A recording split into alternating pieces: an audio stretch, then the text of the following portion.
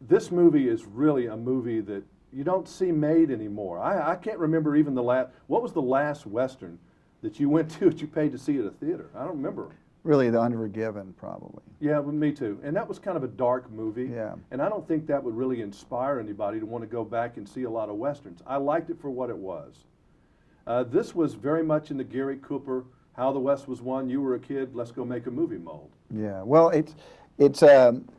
hopefully it's made a leap even from that, just simply because of the things I see and I'd like to see occur in movies and in Westerns. And I think it is a really great offering. I think it's essentially even a date movie. You know, when you see it, it doesn't dumb down to it, but the reality is it's inclusive enough that people see themselves. I've had 12 hours since I've seen the film. I almost feel too close to it to talk to someone. I've talked about it on the radio today a little bit, trying to explain to them what I've seen. I can't really do it. Are you having trouble trying to explain to somebody in a paragraph what they're going to see at the movies? Well, no, it's difficult to me. Because movies, you know, it's too bad that we're always put in the position where we have to explain them, because movies are kind of an experience where it should be washing over you. And if the filmmaker was careful in whatever genre it is you like, if you're careful that some things can't be explained, that movies are about feelings. You start feeling something early on, and the characters start saying things that you find to be true, and you begin to see bits of yourself, and then there's an irony in certain things, and suddenly they turn dramatic, and suddenly you get at the end of the movie and you realize that this is really why I go, to be surprised, to be moved, to be taken on a journey. And there's powerful performances here. You don't see those names associated with movies that are not of quality. So when you see Annette Bening down there, and you see Robert Duvall and Sir Michael Gambon, you know that they were after big fish. Mm-hmm. I hope Mr. Duvall gets recognized with some type of career award or an Oscar nomination or something for this movie, because I really do think it's one of the biggest, best movies he's ever been in. I do too, and I think the same thing for Annette Bening. Mm-hmm. I think when you consider that it's a supporting role, this leading actress that comes into this, we need to honor those kind of things and not let it just get lost in summer fare. The Western went away, why? Because they're, I know Larry Kasdan tried to keep doing some Westerns, but people kind of fell out of them. And I heard you say a comment that you thought a lot of Westerns were not around because they were bad. They're not bad. Well, I don't think his were. I think No. his were really disciplined approaches to it and stuff. But I think the majority of them are, you know, real lowbrow, little costume parties. And if we wonder why our young people and college people don't like Westerns, well, that's because there aren't good ones. They're not dumb people. They go, what? It has no value for us.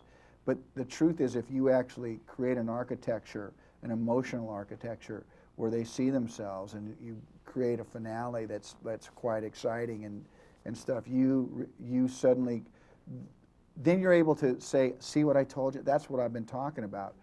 But the reason why it's hard to do is because it's an art form. It's hard to do it. You are such a detailed guy, and that's really what, I guess, what made this movie for me. I mean, I don't want to give away examples like you shoot somebody in the foot, but I won't tell them why. There are little things like that to me that make the movie.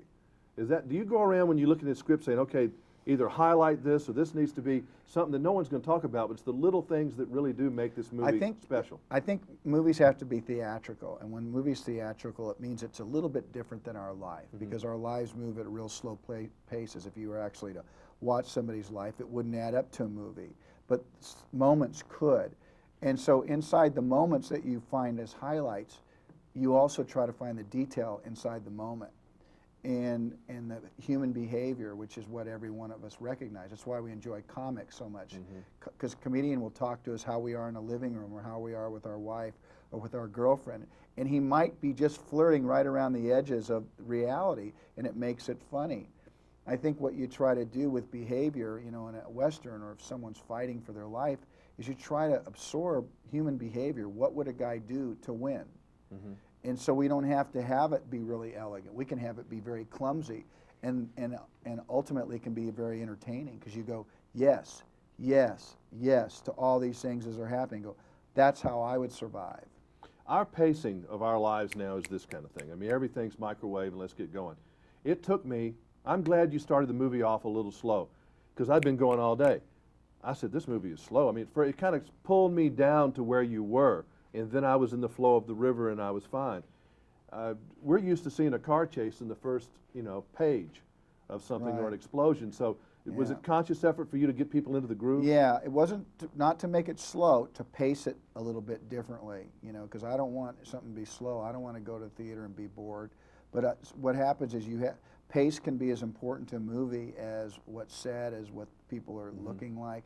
It's a really important thing. What happens is the movie starts to pick up. It's really the equivalent to like the first 100 pages of a novel, where we've all probably exchanged books to somebody, and you try to explain them because you like the movie so much or you like the book so much. You go, look, the first 100 pages are a little slow, but then it really snaps in.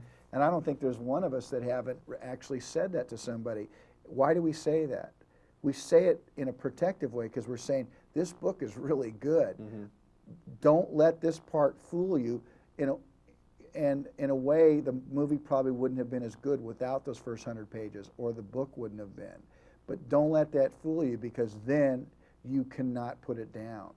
And that's what I think people have to be braver with in movies, is not always rushing to their end, letting us enjoy, because I think that's kind of what you were talking about earlier, your dissatisfaction with things is not that you don't like car crashes, because you're just I love a car crash. Anybody likes it. Not that you don't like action, everybody likes action.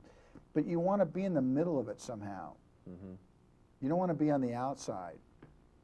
You're passionate about this. How have you kept your passion up over the years? I mean, you got to be a little wound down from this. Well, I am. I mean, but I'm still a storyteller, and I still believe in that. And when I don't believe in that, when it turns into just a paycheck, I won't really do it. Well, you've done a good one here. I hope it Thanks. works. I hope we can get people back on the Western bandwagon, because it's worthwhile. Thanks. Sure is. Thanks. Thank you. Good to see you. Thanks, I don't know. Jim. I just got wound up on this because I got on the. Well, it does need champions. It does.